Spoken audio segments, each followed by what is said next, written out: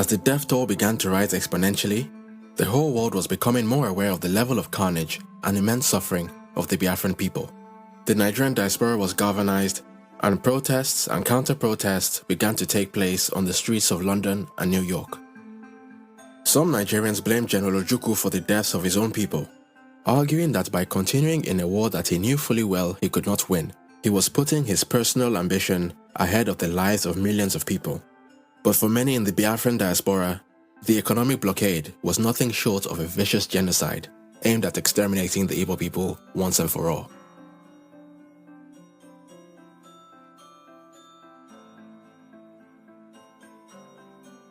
Another accusation that was thrown at General Ojukwu was that the only way he managed to cajole his army and his people to continue in the fight for Biafra was by reporting stories of false victories and by giving false guarantees about the imminent end of the war.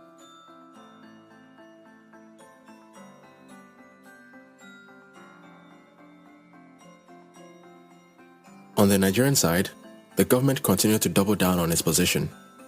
Despite reports of horrific levels of death and suffering, the Gowon-led government refused to blink first and continued to accuse General Ojukwu of killing his own people by lying to them about their chances of winning the war. I do not wish to say anything on this occasion that might be regarded as prejudicial to the peace talks now going on in Kampala, Uganda. But in the words of Mr. Asika, the rebel leaders ought to know when enough is enough. They should call a halt to the shameless deception of innocent Igbos with reports of fictitious victories on the battlefronts. They should appreciate that the so-called diplomatic recognition by dubious characters cannot, in the least, alter the course of Nigerian history.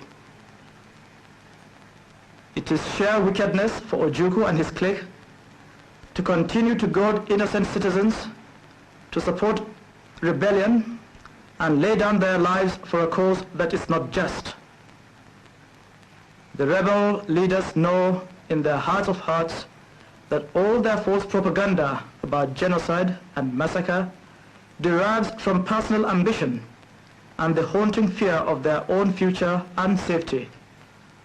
Consequently, they do not know when to stop.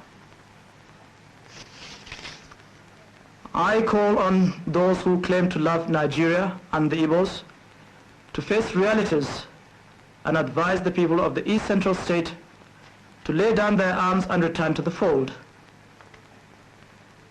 It is not enough for organizations and individuals to ask the federal government to cease hostilities while ignoring the evil intentions of the rebels.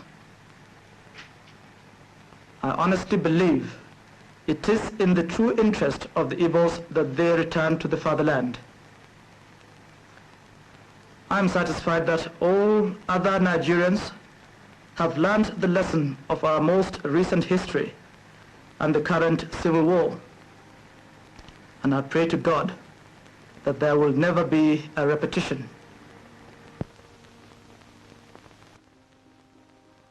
You see, contrary to popular belief, the Biafran government was much more than just a rebel military force. General Ojukwu also assembled a group of elite writers and artists who were tasked with cultivating nationalist spirit at home and also spreading Biafra's message on the world stage.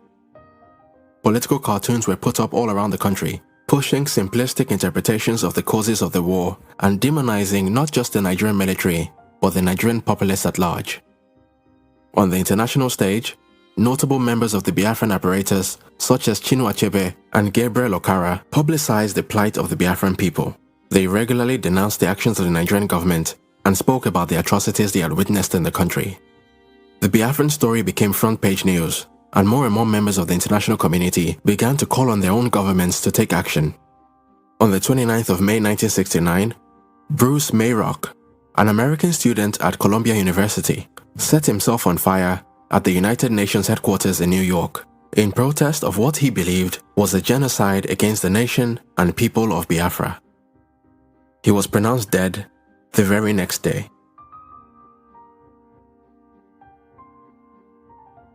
With more and more of their own citizens calling for political intervention, The response from Nigeria's international backers was to ramp up their military support for the Nigerian forces to help them break the Biafran resistance once and for all.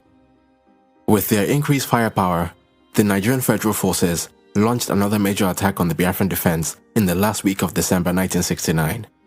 This final offensive, known as Operation Tailwind, was executed by a battalion led by Colonel Olusegun Obasanjo, a man who would later go on to be a two-time president of Nigeria. Operation Tailwind would ultimately break the deadlock. After over 3 weeks of heavy fighting, the last two major strongholds of Owerri and Uli fell to the Nigerian forces. Unwilling to go down with the Biafran ship, General Ojukwu fled by plane to the Ivory Coast, leaving behind his deputy Philip F. Young to negotiate the terms of Biafra's surrender to General Yakubu Gowon on the 14th of